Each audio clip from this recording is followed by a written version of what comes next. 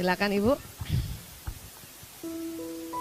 Assalamualaikum. Waalaikumsalam warahmatullahi. Saya ingin tanya kalau Ibu punten namanya Bu? Oh Ibu? iya, Ya. nama saya Ires. Iya Pak, Ibu? Ires. Ibu Ires. Ya, Iya. baik Ibu Ires.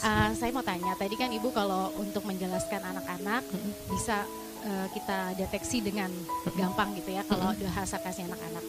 Tapi bagaimana kalau bahasa kasih pasangan? Ketika saya merasa misalnya suami saya ini kayak flat banget. Jadi kalau Ibu tadi bilang siapa yang masih bingung tentang bahasa kasih suaminya, saya masuk yang bingung. Oh kayaknya. gitu ya. Nah ini gimana tipsnya untuk mendeteksi bahasa kasih yang tepat yang pertama dan kedua tadi gitu ya. Untuk kita misalnya mengobservasi kayaknya gimana sih gitu yang tepatnya. Terus yang kedua ini sebenarnya pengalaman seorang teman gitu ya. Dia bilang bahasa kasih suaminya itu sentuhan fisik. Lalu menurut dia sudah memenuhi itu. Tapi sayangnya tetap ada wanita lain gitu. Oh. Ya padahal dia kayaknya menyentuh secara fisik hampir tiap hari misalnya memeluk apa. Nah kalau seperti ini bagaimana? Terima kasih. Assalamualaikum. Waalaikumsalam. Ibu Ires.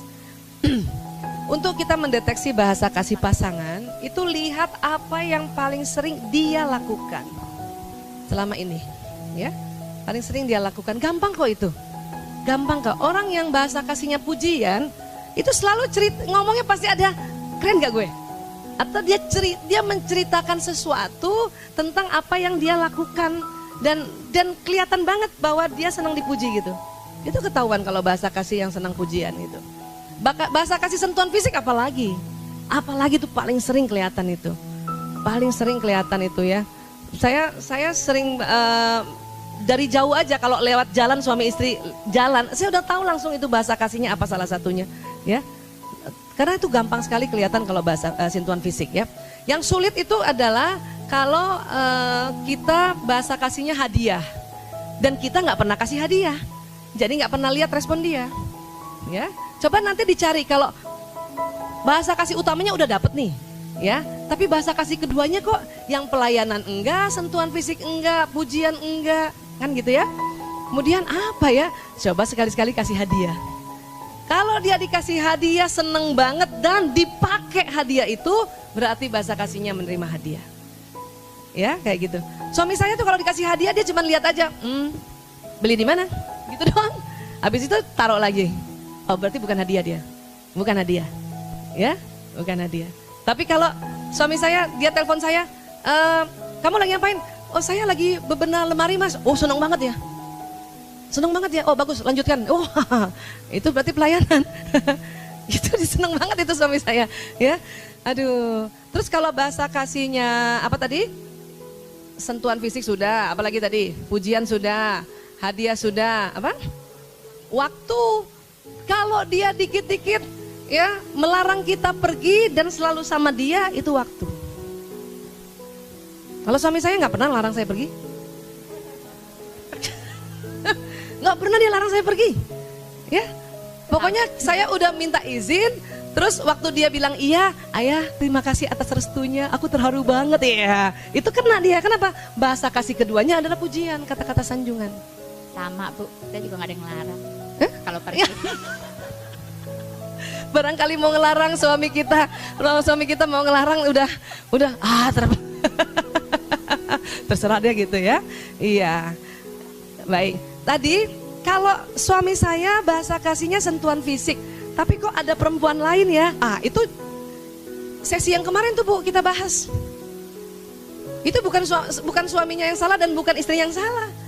Ada makhluk lain. Ada perempuan lain ini yang memang niatnya mau harta dan harta. Ya, ini jadi ada faktor luar lagi. Ya. Jadi pertanyaannya lagi lebih detail.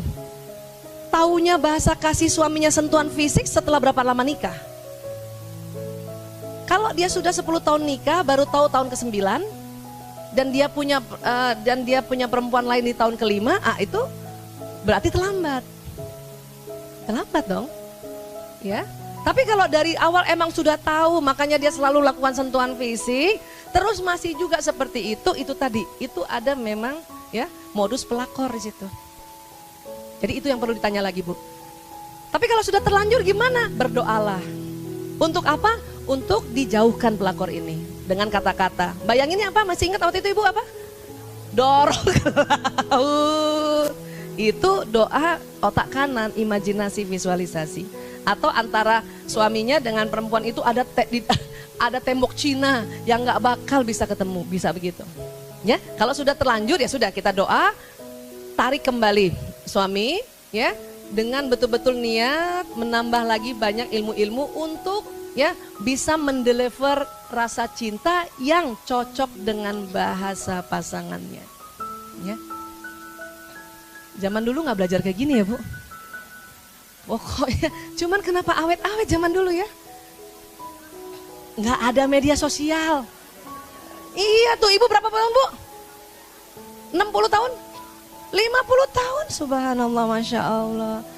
Karena zaman dulu itu tadi itu, faktor-faktor pencetus luarnya yang nggak ada. Ya, alhamdulillah. Kalau zaman dulu, bapak-bapak kalau memang dia pergi keluar kota dan susah baliknya, dia jelas-jelas nikahin. Kakek saya orang Makassar, tapi dia selalu misalnya ya ada tugas ke Malaysia, dia nikah juga di Malaysia, tapi jelas.